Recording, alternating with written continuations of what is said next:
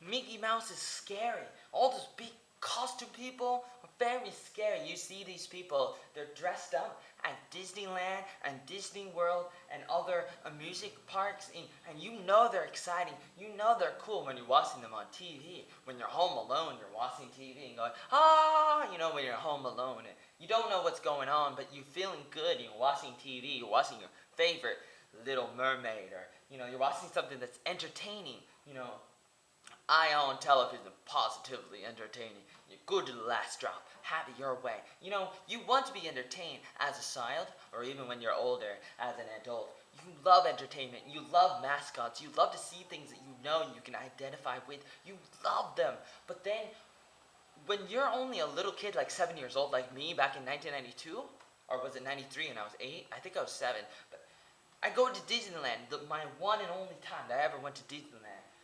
And I see these big statues. I mean, big, you know, mascot people. They're dressed up as, you know, like the seven dwarfs. You know, you have all these different people, like the Homo sapiens of the Homo people, the gay people. No, they're not really gay. Maybe they all love Snow White. You have Happy Gilmore. No, Happy the Happy Dwarf. You know, I'm talking about the seven dwarfs, and you have Snow White and Snow Wife. It's like, oh, it's my wife, and she's snow, and it doesn't snow a lot in Vietnam now. I've been in Vietnam since 2012 and it doesn't snow, and I'm so sad, and I love Snow White, but Snow White's never been with me, and I want to be with Snow White, but it's like I don't really know what it's like to be with Snow White, and I want to be with Snow White, but I don't know what's going to happen. But hey, let me tell you about me. This is a story, and I'm talking about my story right now. This is one of my stories where I talk about myself, and I went to Disneyland just one time, and it was with my family. It was very exciting, and I really liked it. But then, like, it was really scary because we had these animals, big mascots, and like one of them was like Captain Hook, and he patted me on the head, and I was like, oh no, is it going to eat me? I mean, I don't know exactly what I was thinking, but it was kind of scary, and he was big, like a giant, like my cousins, Nathan and Alan Williams. They're big, they're tall, they're scary, they're wearing these mascots, and you don't really know what they're doing or what they're going to do, and you're like, what are they doing? What are they thinking? I don't understand. And it's so hard. And, I mean, maybe a little hard. It's also, you know, when you look back at your life, you see a lot of things, and some of it's a little more scarier now than what it really was. Or maybe not.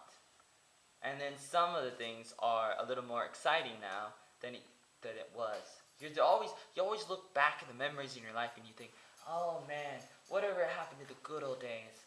And you get really sad because now you feel like, oh, I'm old now.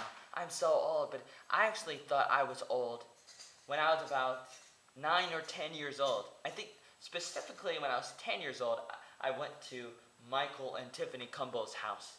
And it was the first time ever. It's like right after I turned 10 years old. It was in February or March, probably February, 1995, and I think to myself, man, I'm old.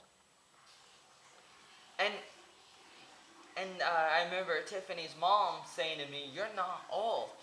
But I felt old, and then like every year I would feel a little older, and we look back and we say, oh man, like when I was 10 years old, I probably thought a little, like, oh man, I wish I was 5 years old, the good old days, or 7.